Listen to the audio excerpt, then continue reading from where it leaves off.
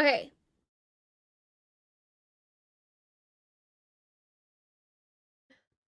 Ah, what is happening? Okay.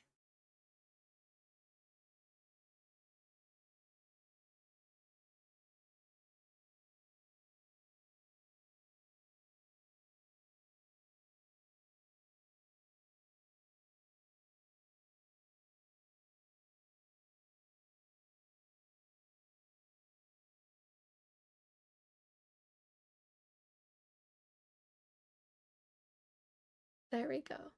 All right.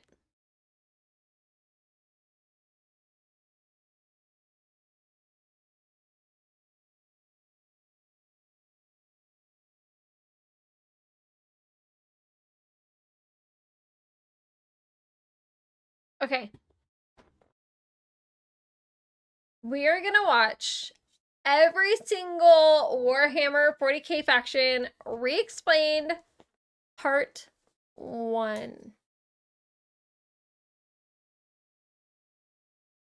There was no war.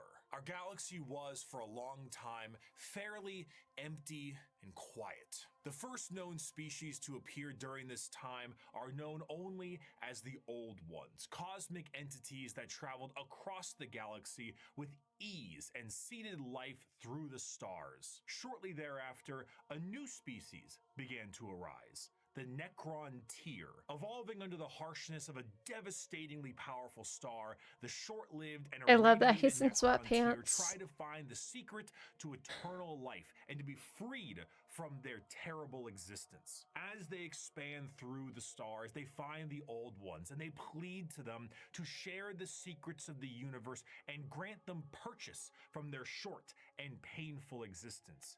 The Old Ones respond with a lull and a Lamau, and with their immense power, they force them back to their homeworld. The Necron tier, filled with rage and hatred, make it their duty to get revenge on the Old Ones. A revenge that would come swiftly as a chance encounter with other gods gave them a solution. These other gods were known as the Catan, a race of highly powerful star-consuming entities. Do not fear, young mortals, for we, the Catan, will provide you with the immortality you seek. Come now, won't you shake a poor sinner's hand? Quoted from Mephetron, the Deceiver. The Necron tier accepted the Catan's offer of immortality, but believe it or not, this turned out to be a ruse.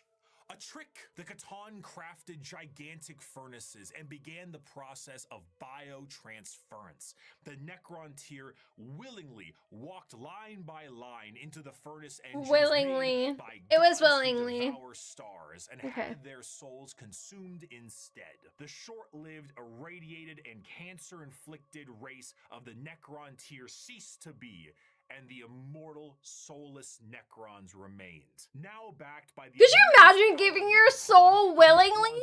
That's wild! And the bitter conflict of the stars at this time is known as the War in Heaven. Despite creating various races and entities to aid them in this battle, the Old Ones are overwhelmed and eradicated down to the last, due to the sheer power of the Catan off the souls of the Necron tier, and with an army of unthinkable robotic slaves at... Okay, pause.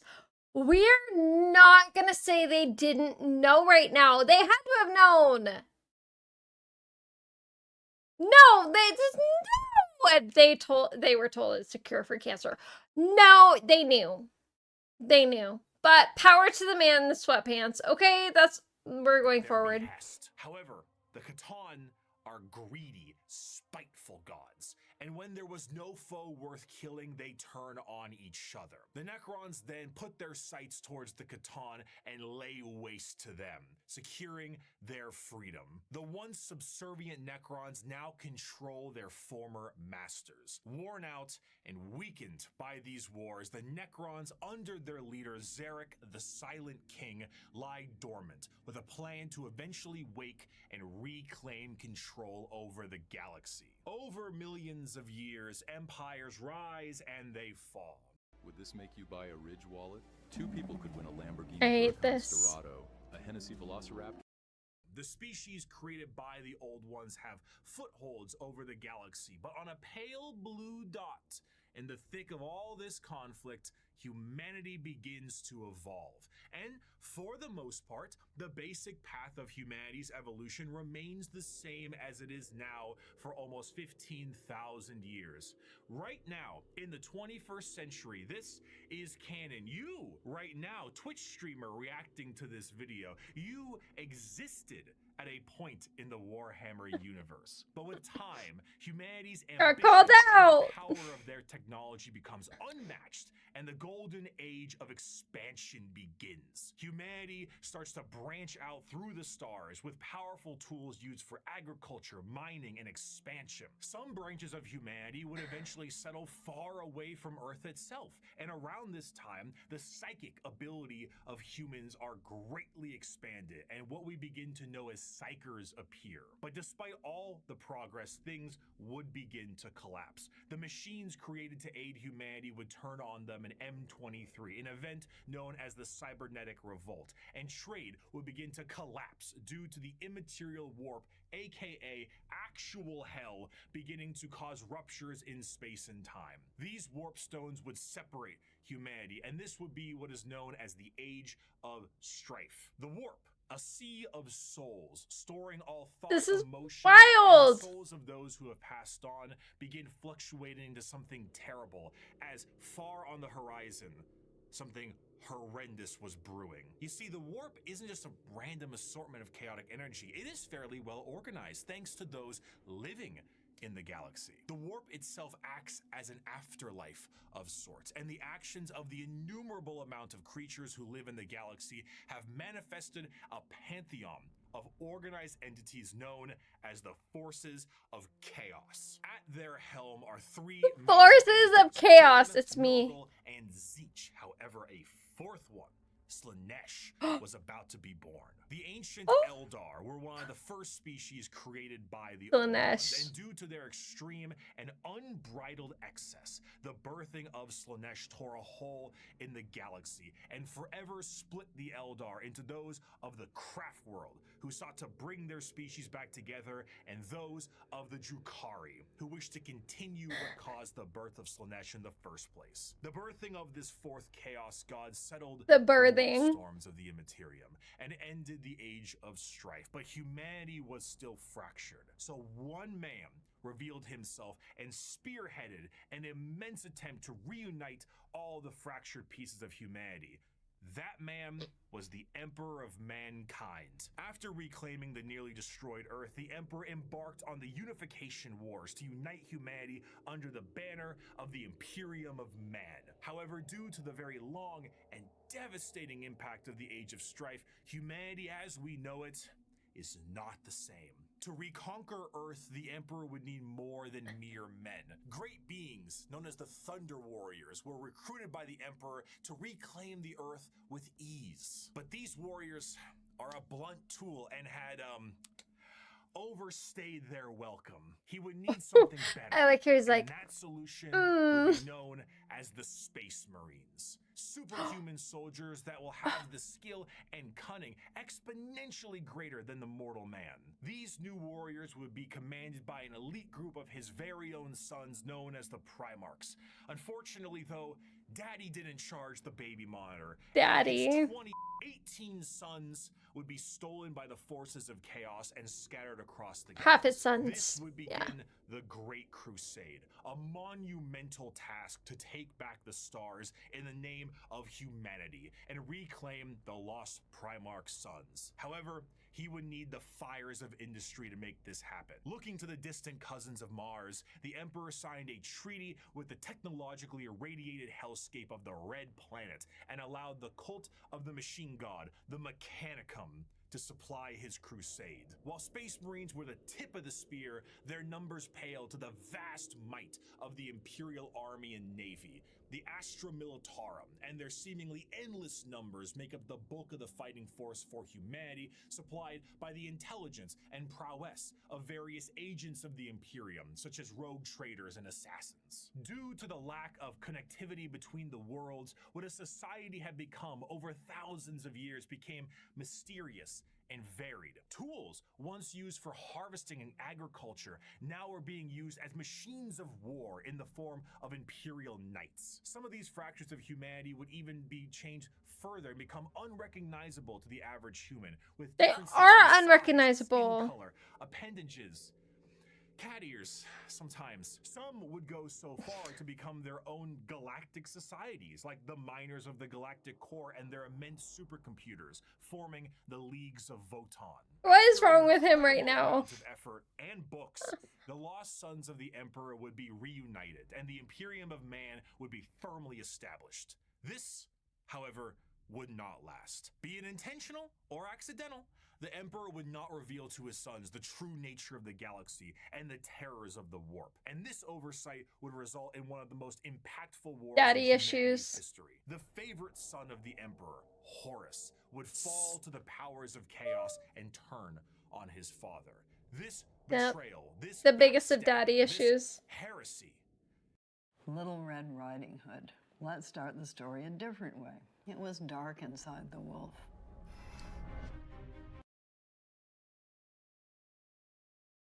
This Horus heresy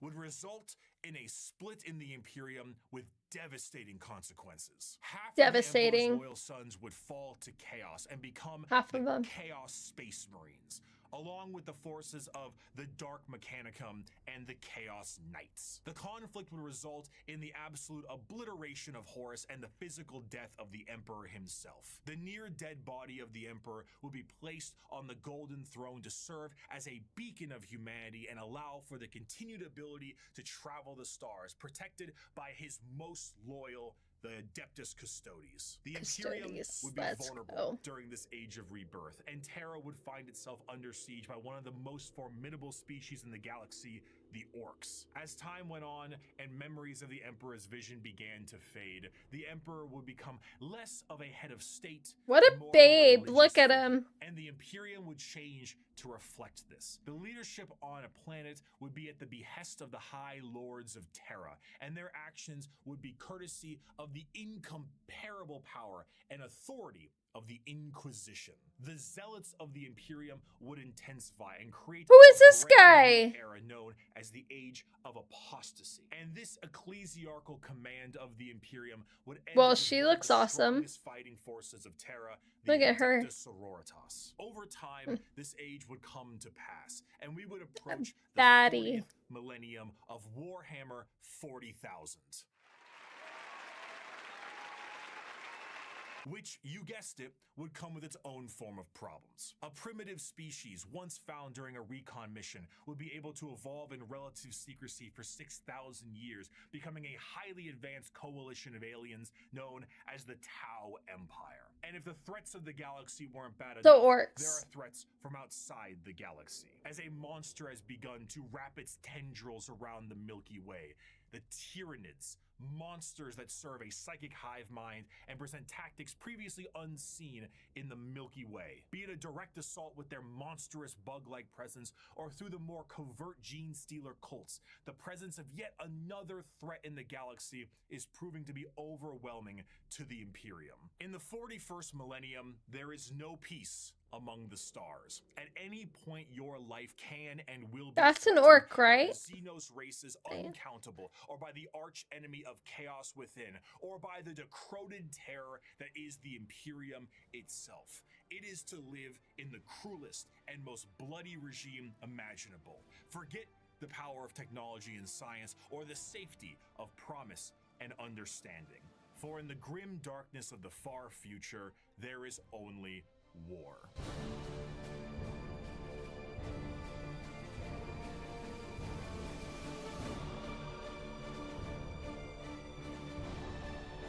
Ah!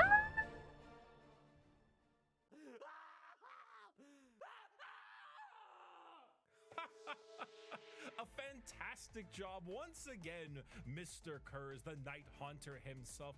Oh, didn't you love that, my faithful audience? Once again, we Oh. Wow. Wow. Okay. So Another that criminal was over the course of interesting. 6 hours break every I feel like we need part 2. This is part 2. Scribe is how 4 million people turn processes into step-by-step guides. The Do we want to hardest watch part part 2? This video is part 2 in a 2.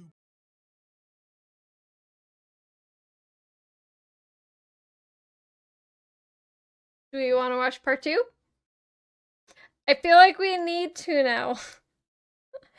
Yeah, we do. Okay. All right. I just want to make sure that we are all on board for part 2. That was all of part 1. That was Star. Part 1 was over. That was part 1.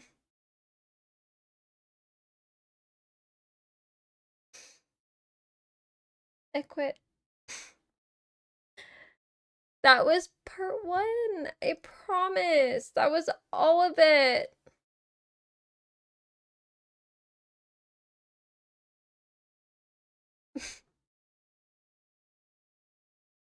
Now I'm going back to check.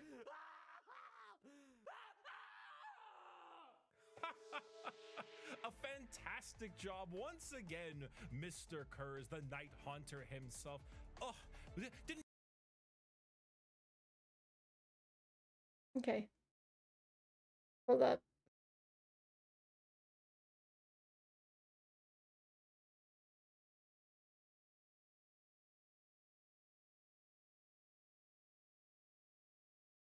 You're right.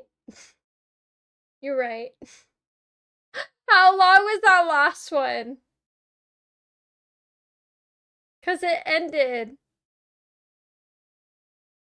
Oh, Ray. I don't even know. I quit. Okay, right here. Okay. Found it. I found it.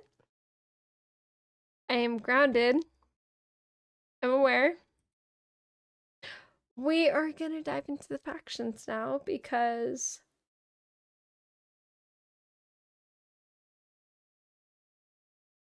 I didn't realize the video was over. And it was not. So, we're gonna continue on. That was just the intro? Yeah, see? Daddy? I'll grab the grounding cables.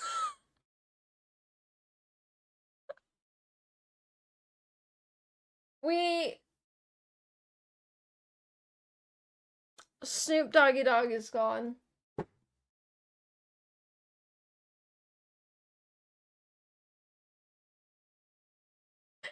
Yo, take a drink to sober up. I'm not drunk. I promise. It's not even that. I promise. We're good. We're good. Snoop Dogg. Hey! That hydrate is for water. I don't have water. Glitchy. You're opening a bottle of mead. You slurred that. No, I didn't! There is no slurring! I need a cup of coffee. I need a cup of coffee. Water? What's that? Shh. It's fine. Everything is fine. I don't know what y'all are talking about. I did not realize. The video ended. It literally moved on to the next video. So I say that's not on me. So a fantastic job once again, Mr. Kurz, the Night Haunter himself. Oh, Mr. Kurz. Didn't you love that, my It was his faithful fault. audience? Once again, we have another criminal over the course of 6 hours break every single bone in his body. And with that, once again, our glorious leader has brought the crime rate to 0%. Always brought to you here on the Strawman News. I'm your host, Bricky. Thank you once again for joining us. Our top stories for tonight. The weather forecast appears to be rainy with extra dark. So make sure you pack those extra batteries. Extra dark. I can't see anything! Oh, shit, you're right. Hold on. Monsters that Ever had bloating so intense it stopped your whole day? I've been there. I'm Dr. Sarah Rahal, the serve a psychic hive mind.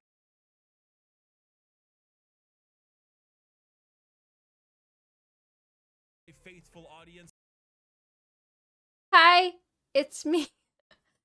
I'm the problem, it's me. Oh! Hold on. There we go.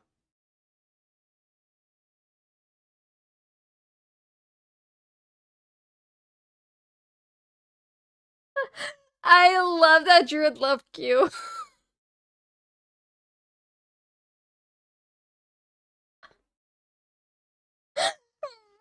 I Once again, we have another criminal over the course of 6 hours break every single bone in his body. And with that, once again, our glorious leader has brought the crime rate to 0%. Always brought to you here on the Strawman News. I'm your host, Bricky. Thank you once again for joining us. Oh my gosh. The weather forecast appears to be rainy with extra dark. So make sure you pack those extra batteries for your lamp packs. And of course, let's not forget the fantastic gang violence problem we're currently having. Oh, I'm sorry. What's that? Oh, right. It's gone. It's looking to be a chilly one tonight as well. So make sure your skin capes are nice and tight. Wait, hold on, one moment. No. Adamantium reserves have tripled? Wait, I'm sorry. Self-harm rates have gone down to 0%. The Night Haunter smiled? No. This could only mean one thing. It is the Strawman News' great privilege to bring some color back in your life with the brand new 3-part Gamer Subs drop exclusively on this here news network. That's right, your esteemed host Bricky, myself, is dropping a 3-part Gamer Subs release for pre-order available now and only for a couple of weeks. Not only does it include a completely brand new glitch. The answer is no. One of the highest selling flavors in the entire No. Gamer Subs, but it also comes with the first ever all over print Gamer Subs 32-ounce jug. And if that isn't enough for you, if the phenomenal drink and drink Sunglass is not enough for you, we have a desk mat to go along with it. That's right, the Herculean look of the brand new sweet 6-pack style is here. We're still looking at muscles beyond belief, but this time we're talking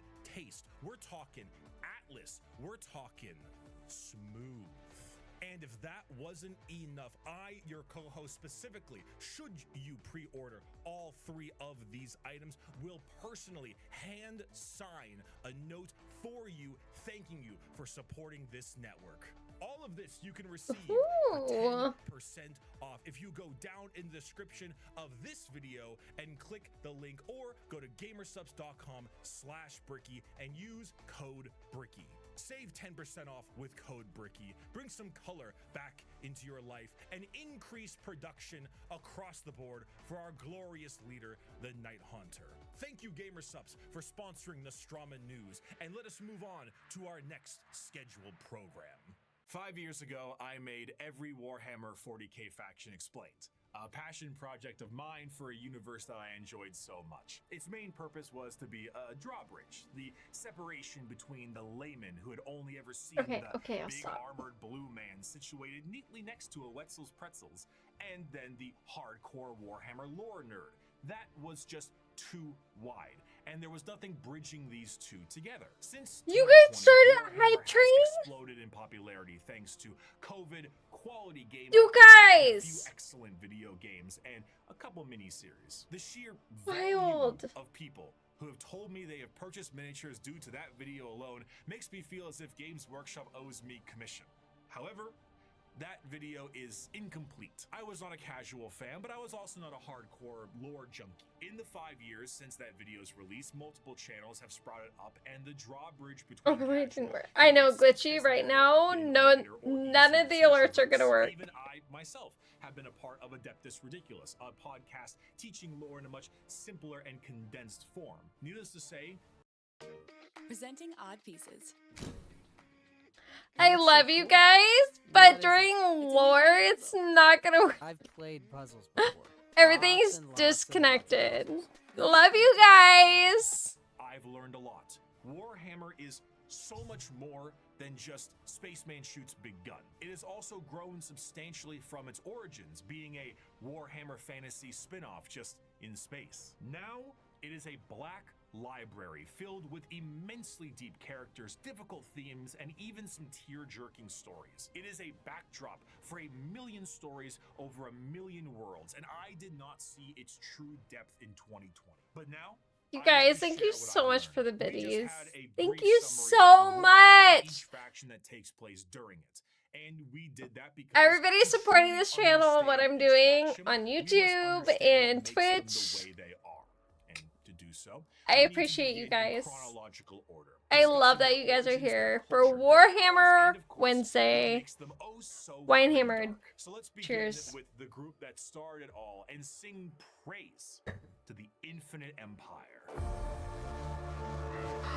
The Necrons. As mentioned before, the Necron tier were the original form of the Necrons, an alien race far away from us that lived short, painful lives due to the irradiation of their star. Normally, this would manifest as like a sort of cancer, a space cancer of sorts. The Necrons are very much inspired by the ancient Space Egyptian cancer. aesthetic, but unlike the windswept dunes commonly associated with it, the irradiated hellscape the Necron tier endured was far from picturesque. This also translates into their hierarchy. They are a race of nobles and peasants. Most of the peasants would often live for their very short amount of time, only a couple of decades, while the nobles tended to have better care and would live a little bit longer, but still far less than the average lifespan of a human, even today in the 21st century. The leader of the Necrons was Zarek, the Silent King. He was the one who took the deal with the Catan and the Deceiver. Of course, he wasn't aware of the fact that they were known as the Deceiver at the time, but the whole species was blinded by hate after being debased by the Old Ones on their quest to cure their illness. The sheer pain that underwent the Necron race can't be understated, as their fear was manic. The Catan are, of course, gods that eat stars, and when the leader of your species tells you to march into the gigantic green furnaces to ascend to immortality, you march. The scenes from these are long lines of both the peasantry and nobles clutching their loved ones in a frantic act to save their own lives. Many of them already inflicted in the late stages of the space cancer, some of them crawling into the biotransference furnaces, trying to outrace death itself, without realizing death was the one who made these to begin with. What came out the other side was a soulless husk. And I say that literally. A soul is not an abstract concept like it is in our world, an immaterial version of oneself discussed and debated in religion and philosophy. No, in Warhammer, a soul is a real, tangible item of oneself. And the Catan basically were just like to every single person who went in their furnaces. If you were That's a peasant, wild. you came out a Necron warrior, and you as an individual have ceased to be. You have no mind, you have no soul, and your body, as you know it, is made of an extremely advanced mass of re-knitting living metal known as necrodermis. You cannot think for yourself, for you do not have a brain to think with. All you do now is await protocols from your overlords, which are the nobles who came out of the furnaces with their minds intact. Not their souls, mind you, but their minds are very much intact. These nobles now have command protocols, and they are able to command all of their peasantry and do with them whatever they wish. Zarek, the Silent King, is the most advanced of all the Necrons, a perfect metallic version of himself with incredible power and intelligence. His strength allowed him to lead the undead and the unthinking armies of the Necrons to battle against the Catan when they were at their weakest. That's due to their wild. incessant infighting and then win back their freedom. But gods cannot die. So in reality, what occurred is the Catan were shattered into thousands of pieces, and each shard of their god was trapped in a stasis vault and mind controlled to do the bidding of the Necrons they once enslaved. The biggest challenge they face now are actually the upstarts of the galaxy. The Eldar and the Orcs were quite prominent, and as you can imagine, a galactic war really takes its toll on the joints, or I guess the servos. It was in their best interest to wait out the galactic rise of the other races and come back at a more opportune time. So they went into stasis via these massive tomb complexes hidden beneath various worlds, biding their time until it was once again their opportunity to rule the galaxy. Zarek, the Silent King, as penance for his failure to his people, exiled himself into the darkness between stars for the next 60 million years, with his 60 million years. Of the doom he inflicted. Can we talk about 60 million years? The Necrons are reawakening, but it isn't working as well as it could be. Whether the tomb That's world is wild. reawakened naturally or by some imperial moron stepping on a green glowing rock, the Necrons have come back to reclaim a galaxy they consider rightly theirs. But 60 million years of hypersleep have taken their toll. Many Necron dynasties awake 60 with million systems years of hypersleep. unrestored, and huge swaths of their population's minds completely lost. Necron nobles wake with various mental faculties compromised, sometimes exhibiting traits similar to excessive paranoia, schizophrenia, or even dementia. One notable Necron, Nemesis Zandrek, believes that he is still back on his home planet fighting off separatists. Do you really expect for you to be MIA in a slumber for 60 millennia years and not have some kind of brain damage? Like dementia, memory loss, like 60 millennia. What is that? 60 million years? That's wild. Like, could you, okay, hold on. We're gonna think just 300 years. All right, right now, 300 years ago, could you imagine someone jumping from 300 years ago to today? Like, you are going from ox and horses to farming your fields to smartphones. That's wild. Like, could you imagine the time gap of just technology and all of that? That's wild. Like 60 millennia. And we can't even fathom 300 years. 300 years ago seems ancient to us. For the technological gap that we have today, that is what, and they're like, I'm tired. They awake and they're like, we're tired. I would be tired too. And interlopers. See, Oberyn, the separatists come, attempting to outflank me as they did at the 4th Battle of Vindach. How they calculate that Vindach, themselves green and roaring like savages will produce a different outcome, I cannot fathom. But it is of no account. I can't fathom My either. legions, another glorious victory shall soon be ours. Other individuals, such as the esteemed Imitek the Stormlord, seek to usurp the newly returned Silent King for rightful ruler over the Necron race, believing his time has come to an end, while scientists and archaeologists like Trazen the Infinite and Orikin the Diviner spend thousands of years bickering over artifacts and petty squabbles. Truly, the Necrons are a faction of unthinkable, unimaginable power held back entirely by their own hubris and 60 million years of stasis. It is a species that does not know of time, only of the ravages brought by it. A pharaoh of a dynasty may just be as frightened to awake completely mad as they are to be assassinated while they sleep. Thousands of years pass in an instant. There is a play, like an opera play, a retelling of the war in heaven in the Necron culture that takes 40 years to witness because...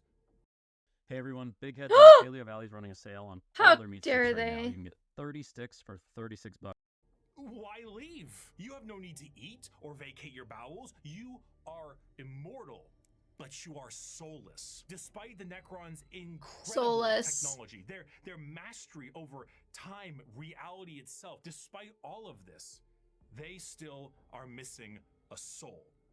And therein lies the biggest struggle. Most Necrons look to conquest the galaxy, kill the interlopers like the humans, Eldar, and orcs that scrape at a fraction of their power. But the end goal for many, including Zarek himself, is to return the souls to their bodies, to undo the horrible fate he cast upon them. This is not the interest of all. Many simply wish to rule their dynasty with an iron fist and kill all they consider unworthy. But to many others, it is to undo the decision that doomed them all. Before they can do that, there is a pest that needs exterminating. That is the fundamental understanding of the Necrons. They are so hyper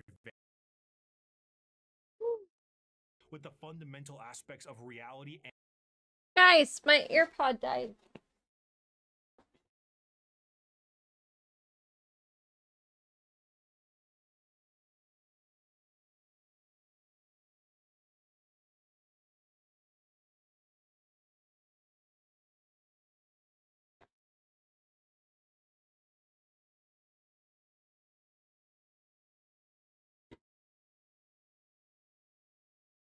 time. Their mastery of the physical galaxy is the strongest in the universe. Their weapons reduce people to the barest molecules, and they have devices capable of causing stars to supernova. They are unfathomably difficult to kill, as if you do fell one of their number, the living metal reknits itself, and the reanimation protocols allow it to come back alive once again.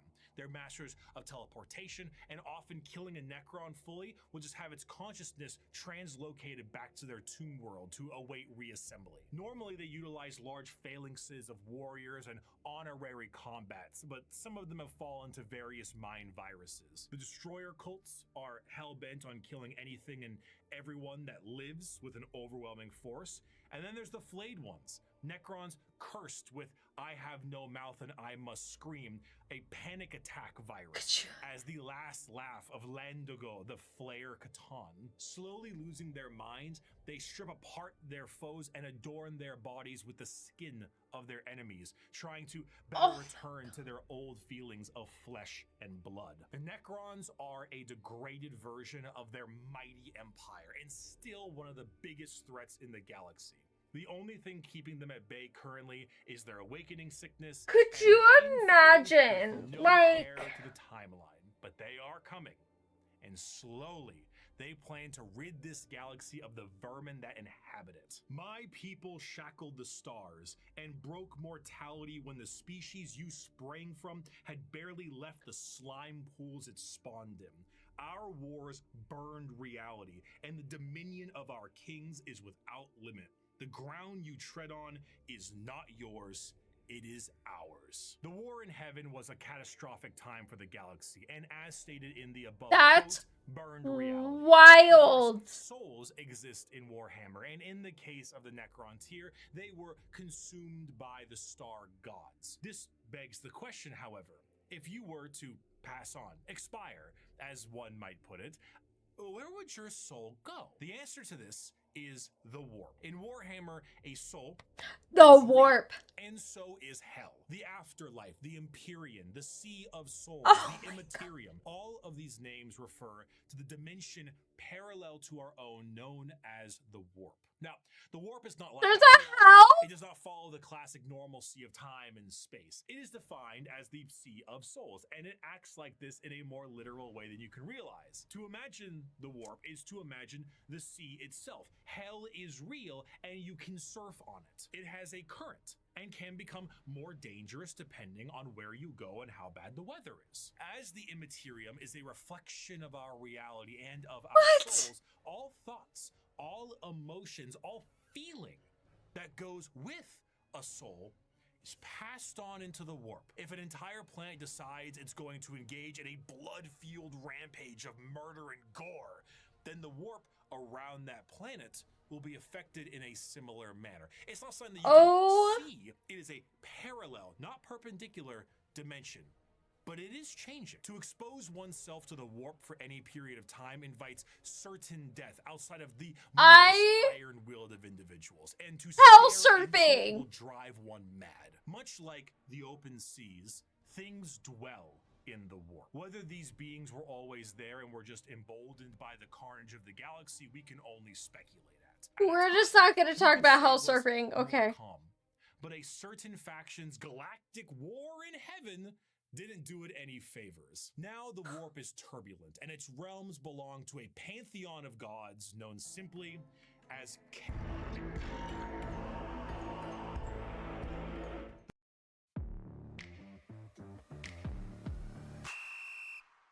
Janet! When's the last time you had a vegetable? Yesterday. The forces of chaos are beings that serve directly under their patron deity. There are 4 current gods of chaos at the moment: Khorne, Tzeentch, Nurgle, and Slaanesh. Each of them represent various facets of and emotions of sentient species and play a great game against one another for total control over their realms. Interestingly enough, while their disciples have physical forms we can understand, the Khorne do not have a physical visual that you can perceive in reality. So while there are tons of fantastic fan art, we do not know what they truly look like, though they are conveniently color-coded. Khorne is the god of blood and murder, carnage and slaughter. He is the one who is most powered by the wholesale killing of any living thing, for Khorne cares not from where the blood flows. With a sacred number of 8, he is the lord of all things involving killing and blood and gore. The champions are extremely strong as well, with monumental muscles and extremely large weapons. A true analog to Khorne would be his greater demon, the Bloodthirster, an enormous muscle-bound flying devil with an axe so large it splits tanks in a single swing. They move into battle with armor of brass adorned by the skulls of their foes and pools of freshly spilt blood. This may appear to be quite frightening, of course. Demonic, one might say. But in the world of chaos, all emotions feed one of these gods in one way or another. If you were to define Khorne with single words, you would use blood, carnage, murder, skulls. But you'd be missing out on important ones like strength, honor, prowess, courage, and skill. Khorne is not just about the wholesale slaughter of people. He is about the honor and power of martial combat. The true strength there is in besting someone in physical strength and skill. Of course, a murderer would be someone who would feed Khorne, but a soldier could feed Khorne. A martial artist or professional fighter could feed Khorne. A warrior, good or bad, what are you doing? Khorne. A diplomat does not. A premier soldier does. A GoFundMe does not. This is what leads many mortals down the path of Khorne, for he will bless those that bring him enough skulls. And in a world this destructive, there are many ways to reap a high tally for him. Prepare the dread claws and unchain the mad ones. Glorious battle awaits us today, for the world below has refused to surrender. Let us descend upon them with fury and rage, giving no quarter and sparing only those warriors who fight well enough to earn a place amongst us. As to the rest, their lives and possessions are ours, but their skulls are for Khorne. Normally, if I ever want to explain Khorne, I just kind of show him this clip. I'd never stab you in the back, Shepard. Warriors like you and me, straight to the face. Moving on, Tzeentch is the second god, the god of trickery and mischief, the changer of ways, the great conspirator and the architect of fate. With a sacred number of 9, Tzeentch is truly the god of change in all of its forms, but there is an obvious undercurrent of mischief and cunning. Tzeentch is such a liar that his pants have gone thermonuclear. Where the f is it? His favorite pastime is asking questions that have no answers while simultaneously making up answers on the spot to a question he didn't ask. Have you ever had a dream that you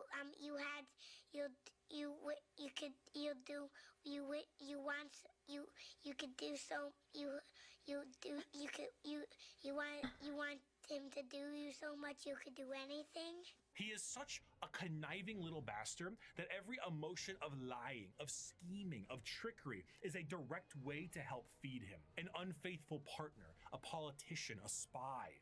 All these people feed Tzeentch in one way or another, and it doesn't matter if the intentions are good. Acceptance does not feed Tzeentch. Change does. Tzeentch doesn't care about your facts. He only wants opinions. Because he represents change, he also represents hope, though. Schemes are not always bad, and even the hope to make a better tomorrow is the change he seeks. Because he is the architect of fate and the mastery of sorcery, his presence is purely unknowable. Every depiction of a Tzeentchian demon contains more eyes than are necessary and more mouths than I know what to do with. It is a biblically accurate angel if the angel gaslit you into thinking birds are government drones.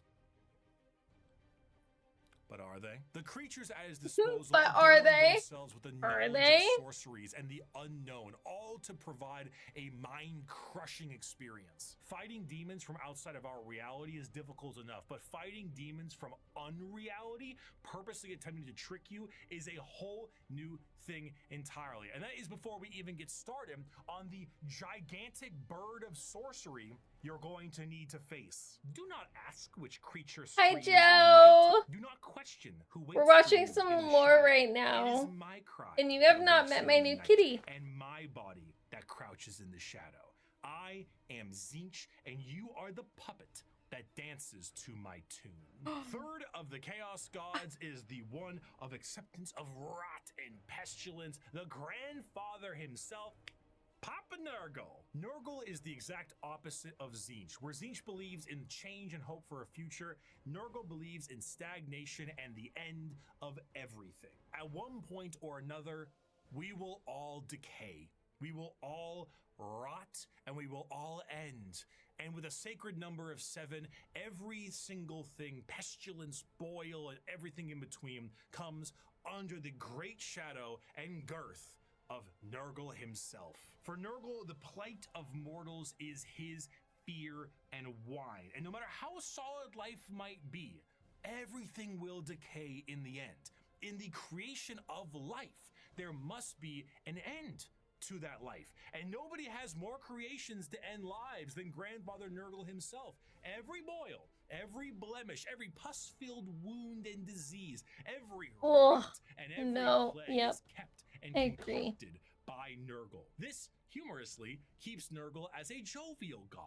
He is full of life and laughter, and by creating as many diseases as he possibly can, disgusting. He shares that joy with more. Disgusting. His envoy is the great unclean one, and look at how happy he is. No, a lot of him to love. A fear of death. There is a lot of him to love. All disease makes him stronger, but to pray for salvation for a wounded loved one is to feed Nurgle. The timeless and inevitable fear that one day you will rot and decay is what gives him strength. The Peloton won't feed Nurgle. Licking the doorknob on a public bathroom certainly does. However, should you embrace your grandfather's gifts, you may find an end to your pain. Maybe. All mortal followers of the Chaos Gods found themselves there in one way or another, either through the direct worship or the slow corrupting of their souls. But those that take Nurgle's gifts and embrace the decay of their bodies may end up being chosen among his few as a faithful servant. In doing so, you will be free of the pain caused by Nurgle's ailments, and you may even find yourself just as jovial and happy as he is. Maybe. His enemies shall wither and die. His allies shall wither and die. The universe and all within it shall wither and die. And when the great corruption has settled over the land and permeated the very foundations of reality itself, then shall the Lord of all rise from the rot and ruin, spread his arms wide to reclaim his dutiful children. Those were the three major Chaos Gods for a very long time, emboldened by war and death on a galactic scale, ever present but now fact on the suffering of a galaxy. One race, for a while, was able to elude the pull of chaos, an advanced race of psychically attuned aliens whose master over the physical world was so strong that chaos could not glean from them the morsels of power they once had, or so they couldn't. Not for a long while. And of course, there's... How did he get to be so cool? No! 60 million years ago, in an attempt to combat the Necrons in Catan, the Old Ones made a new species. One with innate power in the warp and the ability to harness it with a mastery that was unseen by so many others. A mastery so powerful, the Necrons retreated to sleep in order to wait it out. It was no longer a galaxy to be ruled by them, but instead begin the age of the... The Eldar are a race of pointed-eared humanoids attuned to the warp. If we're being meta here, these are space elves, and these elves ruled the galaxy in the time the Necrons went to sleep and humanity began to rise. The Eldar's empire was galaxy-wide and lasted for longer than any other galactic power that we know of. Their understanding of all things was exceptional, with every single one. Okay. Low-key, I love elves. Love elves. If there is something with a faction of elves, I am 100% diving in. Warhammer, I can say, is the first faction I will not dive into the elves for, which is wild because I'm a die-hard, like, elf girl. Like, if there is something with elves, I will be 100% in. When it's the Eldar elves, nope. Not gonna do it. Not gonna do it. One of them being psychers, they had the ability to master the warp and use it to their advantage. See, being a psyker is basically like being a wizard, or I guess in this case it's more of a sorcerer, since you are born... No, we're not going dark elves. Nope. Nope. Born with the gifts as opposed to learning them. In order to utilize your psychic abilities, however, you must then reach into the other dimension, into the warp, into hell for that power. So if you were to say, cast Fireball, your mind would reach into the warp, gather the strength to rewrite reality, to then cast Fireball. Now, you might think to yourself, doesn't that mean if you are opening up a power to the warp, you may create a lot of risk to yourself because of all the horrible things we just talked about in the warp?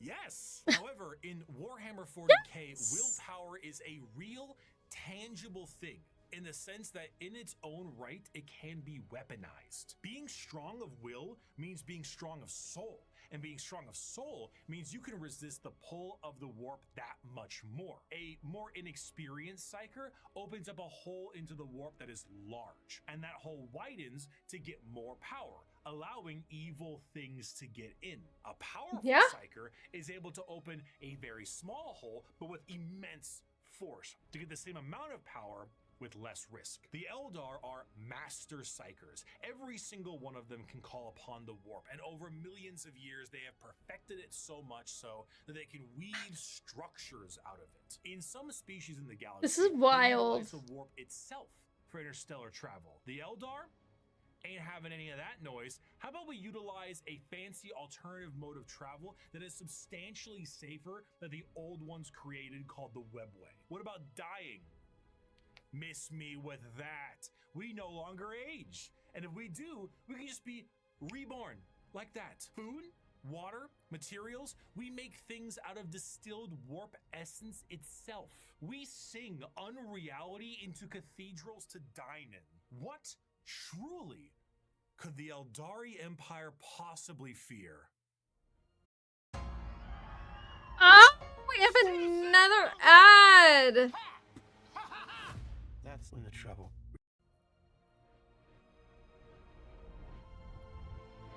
The Eldari Empire's biggest fear was themselves, with a society so perfect they wanted for naught, and this led them down dark and dangerous paths. When the base functions of society are no longer a problem for you, you tend to experiment. Perhaps the medium rare steak on your plate would be better if it was elf meat. Hey, I'm not saying we should make cannibalism legal, but like, what's the issue with a little taste? Violent sports is one thing, but how come we don't do sports to the death? I mean, I'm just saying, like, if both participants are willing and clear about it, that's wild. What's the problem there, you know? Art is in the eye of the viewer, and what is considered art is completely up to the concept of one's own interest. A canvas that's wild with the blood of a man wronged is truly the visual poetry that our society needs. Hedonism.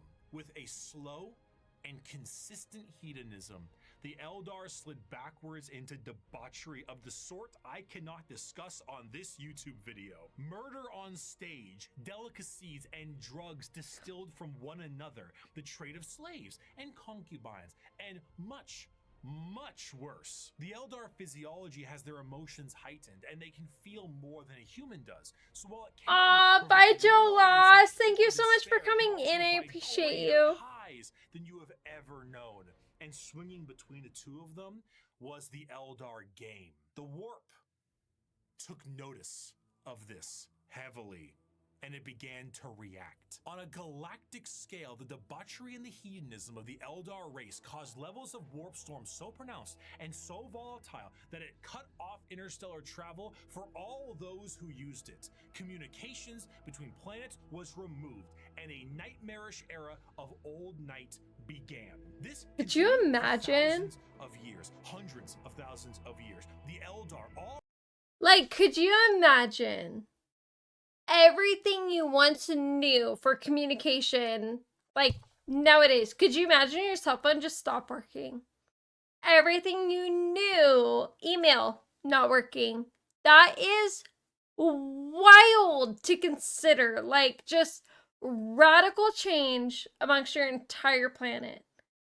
That is absolutely insanity. But removed from the problems being caused as they entered heights of more and more ecstasy. They needed more and more and more. Nothing was ever enough. More murder, more torture. It's art, it's delicacies, it's life. This silence offends Slanesh. Slanesh.